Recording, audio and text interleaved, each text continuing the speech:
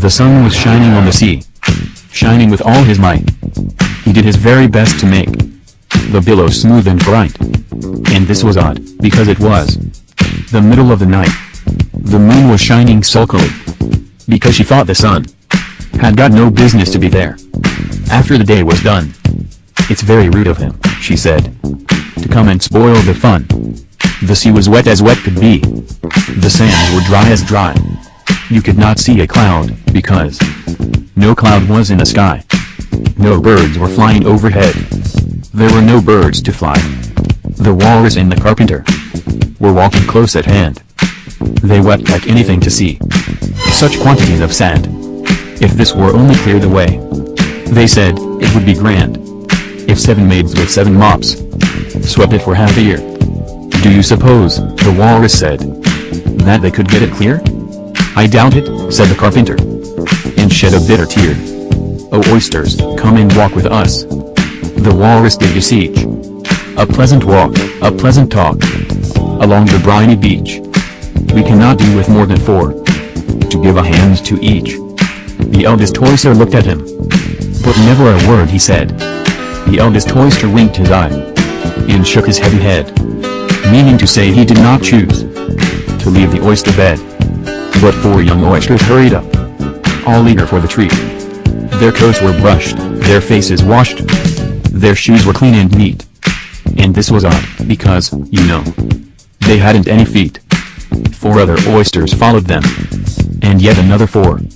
And thick and fast they came at last. And more, and more, and more, all hopping through the frothy waves, and scrambling to the shore. The walrus and the carpenter walked on a mile or so, and then they rested on the rock, conveniently low. And all the little oysters stood and waited in a row. The time has come, the walrus said, to talk of many things. Of shoes, and ships, and sealing wax. Of cabbages, and kings. And why the sea is boiling hot. And whether pigs have wings.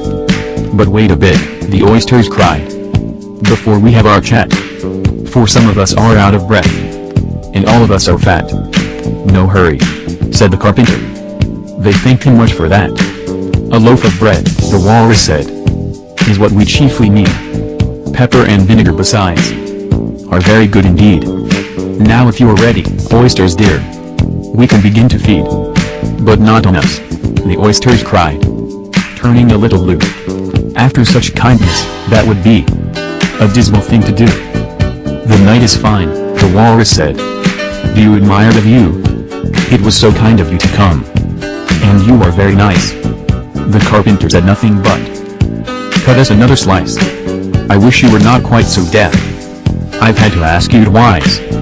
It seems a shame, the walrus said, to play them such a trick, after we brought them out so far, and made them trot so quick. The carpenter said nothing but, the butter's spread too thick.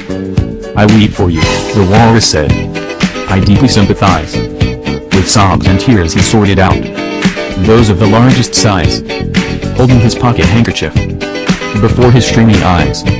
Oh oysters, said the carpenter, you've had a pleasant run. Shall we be trotting home again?